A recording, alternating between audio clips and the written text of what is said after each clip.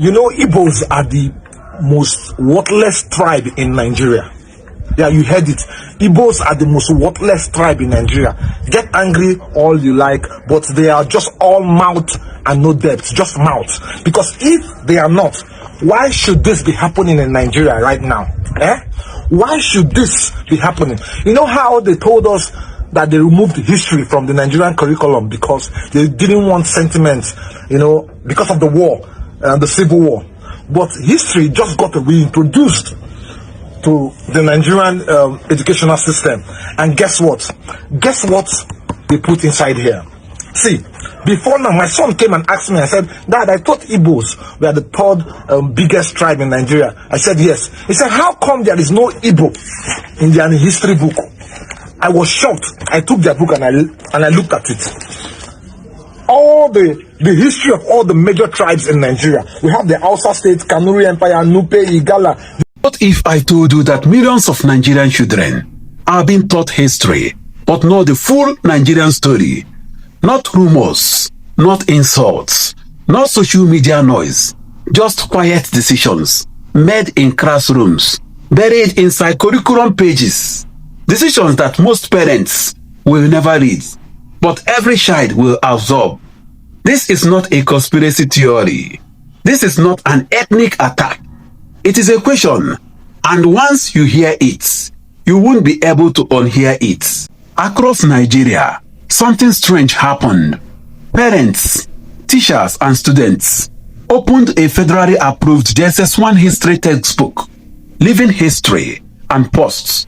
Not because of what was written, but because of what wasn't. One simple question echoed across homes and WhatsApp groups. Where is Igbo history? And then another, even more disturbing one.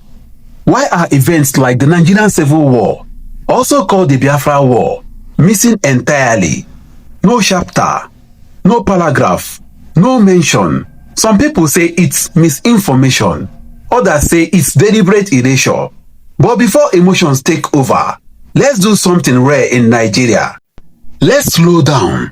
Let's examine what is inside the book, what is absent, and why that absence feels intentional. Living History for Junior Secondary School 1 follows the NERDC approved curriculum. History, remember, was removed from Nigerian schools for over a decade.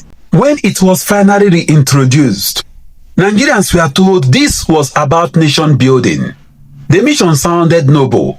Teach children who they are, where they came from, how Nigeria was formed.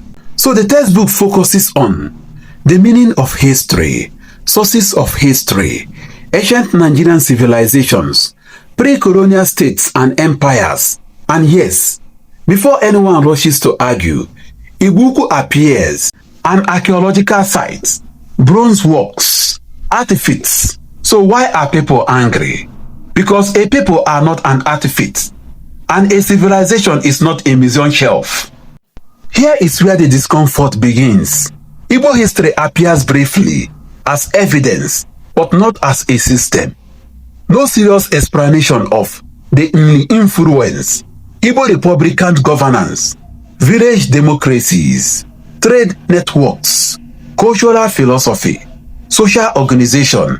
Meanwhile, centralized kingdoms, Oyo, Bini, Ekan and Bornu, are revisited again and again. Empires, kings, power. What message does that send to a 12-year-old? That some groups built states, while others merely existed, until history found them. That is not a neutral education. That is framing, and framing shapes memory. But the most suspicious omission isn't pre-colonial. It's modern. The Nigerian Civil War. Over 1 million deaths, mass starvation, broken trusts, a conflict whose shadows still sit in Nigerian politics, policing and unity, and in a history textbook meant to teach origins. Silence, no context, no guided explanation, no national reflection, as if skipping it will make it disappear. But trauma does not vanish when you avoid it. It mutates. When official history goes quiet, unofficial history gets loud. Children don't grow up empty. They fill gaps with social media narratives, ethnic propaganda, YouTube conspiracies, anger without context. And then adults turn around and ask, why is the youth so divided? You can't teach unity by editing pain out of memory. This is not just an Igbo issue. Tomorrow, it could be any group. A curriculum that avoids uncomfortable truths. Give birth to citizens who do not trust the state. Let's be absolutely clear. This is not an attack on Yoruba history. It is not an anti-Hausa Fulani. It is not about ranking of tribes. It is about balance, honesty, and completeness. History is not a competition. It is a record. And records don't choose favorites. So what would fixing this properly look like? Not shouting, not banning books, but correction. Expand Igbo history beyond archaeology, governance, culture, trade, ideas. Introduce the Civil War carefully. Age appropriately as national history, not propaganda. Create a rotating curriculum review panel made up of professional historians from all regions. And most importantly, publish transparency. Let Nigerians see what their children are being taught. That's how confident nations behave. NERDC and the Ministry of Education need to hear this clearly. Silence does not bring unity. Avoidance does not heal wounds. Correction builds trust. Honesty builds nations. If Nigeria keeps teaching half history, it should not be surprised when future citizens question the whole country. History does not disappear when you omit it. It waits, and then it returns louder. Yorubas, Benin Kingdom, ethnic Niger Delta and Shekiri. No Igbo. For a tribe that has almost 5 to 6 states in Nigeria. No Igbo whatsoever. The painful part of it is that, you see this ethnic here. No, I bet, ethnic people want to know vessel. But see this ethnic here. Then put them on purpose. It was put here on purpose to let the Igbos know that we know what we are doing and we are worthless. I don't want to talk about the people that wrote the book, Sha, but this is the junior secondary school revised. This is the junior secondary school revised standard edition, JS1. You know, the funny part is that our biggest flex as Igbos is just 2 things: to build houses and paint them white so we can show them every December on Twitter, on social media, and of course name our children Jewish names.